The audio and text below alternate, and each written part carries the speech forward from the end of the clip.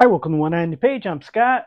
We are ranking Stephen King short stories. This is part 3, stories 105 through 101. Let's get started.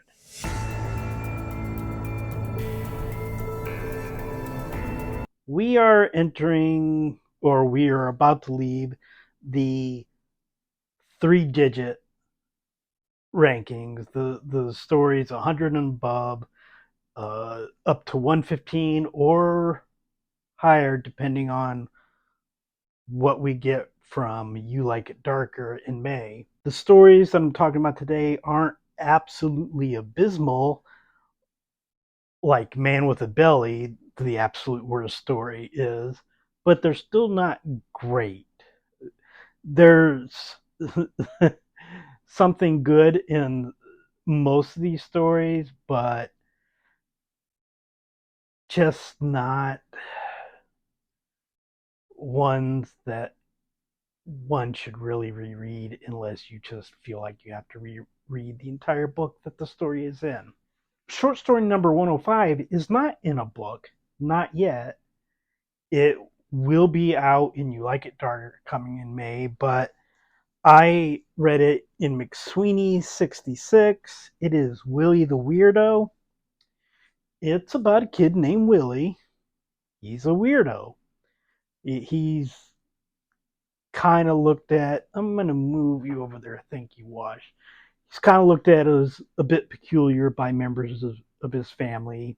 And the only person that he really seems to get along with is his grandfather. He talks to his grandfather about death and what his grandfather's life has been, and his sister really dislikes him, and his parents thinks he's weird. And it almost feels like, oh, we're supposed to associate with Willie, and I don't ever really get that. And then there's a twist ending. Now, the problem with this twist ending is that this is a story or an ending that King has done before, and he's done it better. I won't tell you what story he's done it in before, because then you'll know what happens in this story. And most people who might be watching this, at least at the moment I am filming it, will have not read Willie the Weirdo yet, because I don't think many people have read McSweeney's. So yeah, that's a problem with a lot of Stephen King stories that are in the bottom quarter. I haven't got I haven't got all the short stories ranked yet, but I have them in quarters. I've got all the ones in the fourth quarter ranked, but a lot of them kind of like, oh, been there, done that, did it better before, and this is kind of a rehash and with characters that aren't as interesting in this previous story. And perhaps I will remember when we get to the story, which I believe is in the top quarter, and I will talk about the links. And if you have read Willie the Weirdo and you have read most of Stephen King's short story collections, you probably know what the story is. Short story number 104 is, they got a hell of a band in Nightmares and Dreamscapes, which it is also kind of a rehash of another story. I can tell you the story here because they kind of go off on different paths, but kind of starts out like Children of the Corn, and a couple go to this place. They don't know, they have chances to turn around, they don't. Except there's not like murderous children in this story. There are rock and roll stars, dead rock and roll stars, and apparently they are now trapped in this town where I believe Elvis Presley is the sheriff, and there are concerts that are like one night only, except somehow they seem to last for months. And I don't particularly like the characters in Children of the Corn. I don't. I think that was written at a time where King's character work hadn't progressed to the point that it would later. But it's still a good story. Not one of my favorite, I don't think, but it's still a good story. The characters in here are just completely unlikable, and it's cartoonish. Not cartoonish in a good way. It's just like, oh, is this story over? And there's nothing that I don't expect to happen when I start the story to when I get to the end of it. It's like, oh yeah, I saw that coming. And it definitely does not have the readability factor, the rereadability factor. I have read this several times because I read it the first time, and I definitely read it a couple years ago because I reread all the Stephen King books, including ones that I didn't particularly like. So I have read this probably, I'd say maybe 3 or 4 times total, this story, but I've also skipped it. It's just not an interesting story. It's boring more than it's bad. It's just boring. Story number 103 is The Bus in Another World in the Bazaar of Bad Dreams.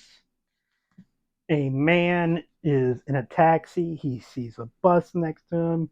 He believes that he sees somebody murdering somebody on the bus. The murderer notices him and basically gives him a look, and he essentially talks himself out of reporting it. That is the story. I have told you what has happened in the story. Now, of course, you can take every story or book here and just winnow it down to the smallest synopsis and make it sound boring. But that wasn't making it sound boring. That was just telling it what it was. It's only 10 pages, and for Stephen King, 10 pages is like another writer describing a room. We know King. King likes to come in the room, sit down, look around, tell you a story about the character's past. There's a book on the shelf, how that book uh, was a part of an ancestor's life, whatever. But it's always interesting. 10 pages as a complete short story for Stephen King, particularly late Stephen King. I was like, 10 pages in Night Shift. Okay, sure. But 10 pages in King, where he doesn't have restraints on him. If King says, I'm going to write an 80-page story, people would be like, okay, you the man, you do it.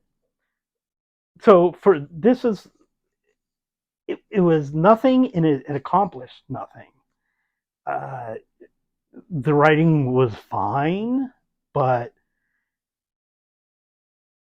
he King has talked before about like the difference between literature and story, and he's basically talked about how he has talked about how literary works can sometimes be like a beautiful car without an engine. And sometimes stories may look like a junker, but they can run like the devil. And sometimes you get the best of both worlds, something beautiful with a tremendously interesting story. And this story is like a Chevy Nova, maybe, or a Ford Escort. It's like, okay, I mean, it gets me to work, but that's all it does. I used to have a Ford Escort, and I actually liked it, but I'm not a car guy either. So, story number 102 is also in the Bizarre Bad Dreams. It is Bad Little Kid. Basically, a guy has this little kid who makes his life hell. And then when the little kid is done with this guy, he moves on to another person. It's King's version of a fairly common trope. Uh, I have been reading Ray Bradbury recently, kind of see stuff like that too. I'm not going to make a direct link between The Little Assassin and Bad Little Kid because they are vastly different stories, and The Little Assassin is vastly superior to this short story. This is a trope that we have seen before. There's, again, nothing particularly interesting about it. The thing I like about Stephen King's short stories is the good ones, and there are a lot of good ones. I'm just starting with all the bad ones, is that he kind of sucks you into that character's world where even if this person isn't somebody that you would be particularly interested in knowing in real life, you're interested in their story. And I'm just not. King has this thing where he says that he doesn't write down story ideas. He just lets them percolate in his head, and the good ones stay there. And I don't know if this was a good story waiting to happen, but it just didn't percolate right. Took it off the stove too quickly. I don't know what it is, but it's just, it's been there, done that, but not in an interesting way. Now, I'm fine with been there, done that if you like, oh, you showing me a different way about it. Very familiar story, but now I'm looking at it a different way, or I'm looking at it with this character, and this character is very interesting. It's like, uh, been there, done that. Character is pretty much the same type of character you've seen in lots of stories like this, and it's why it's in the 100s. And finally, short story number 101 is in Night Shift. It is The Woman in the Room. It it's about a young man whose mother is in the hospital. She is dying, and he's trying to come to terms with that and what he should do for her.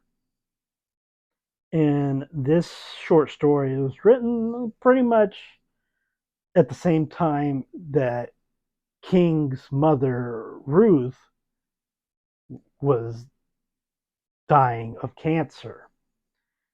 So I don't want to be like the reason this story is bad because King was using it to cope with his mother's death. I don't think that's correct, but I do think there are a few works of his that happen to have been written around his mother's death that I consider some of his worst. One is The Woman in the Room, the other is Roadwork, the Richard Bachman novel. I do know there are apparently people who like that novel. I don't understand it, but I'm like, hey, I like plenty of things that other people will be like, I don't get you. But I don't think that it comes across very well. I think it tries too hard or not enough. I don't know. And I read it again when I did the reread of all of Stephen King's work, and I read it after I went through a very traumatic event in my life, and I still don't get it as a story. It doesn't touch me. And it's not like I don't think King can write stuff like that does touch you. Like The Reach and the Skeleton Crew. It's not the exact same thing, but it does talk about death. Or plenty of King's most recent work. Now that he's in his 70s, he writes maybe a little bit more concentrating on mortality. And a lot of that resonates with me. This one does, and I don't know if it's just because he was writing it when he was in it that it's that way, but it just doesn't work for me. But I also think, even though I do like the collection Night Shift, I do think that is also a collection of short stories where he's finding his short story, you know, legs. And that's including that there are some amazing short stories in there. I think he kind of fully gets his legs by Skeleton Crew, and then he later becomes Stephen King, who can pretty much write any story he wants. And sometimes that works out amazingly well, and sometimes it's like, oh, you tried that. That was an interesting try. Did it work? I don't know. And then it's sometimes like, what were you thinking? So, uh, next time we will get story 100, and then we will go into all the double digits, and I will give you a short preview of story 100. And I will let you know that it's a story that will be available to you in May. It's also available somewhere else, but it will be widely available in May. So that is it for this time. Please like and subscribe, leave a comment, and I will talk to you next time.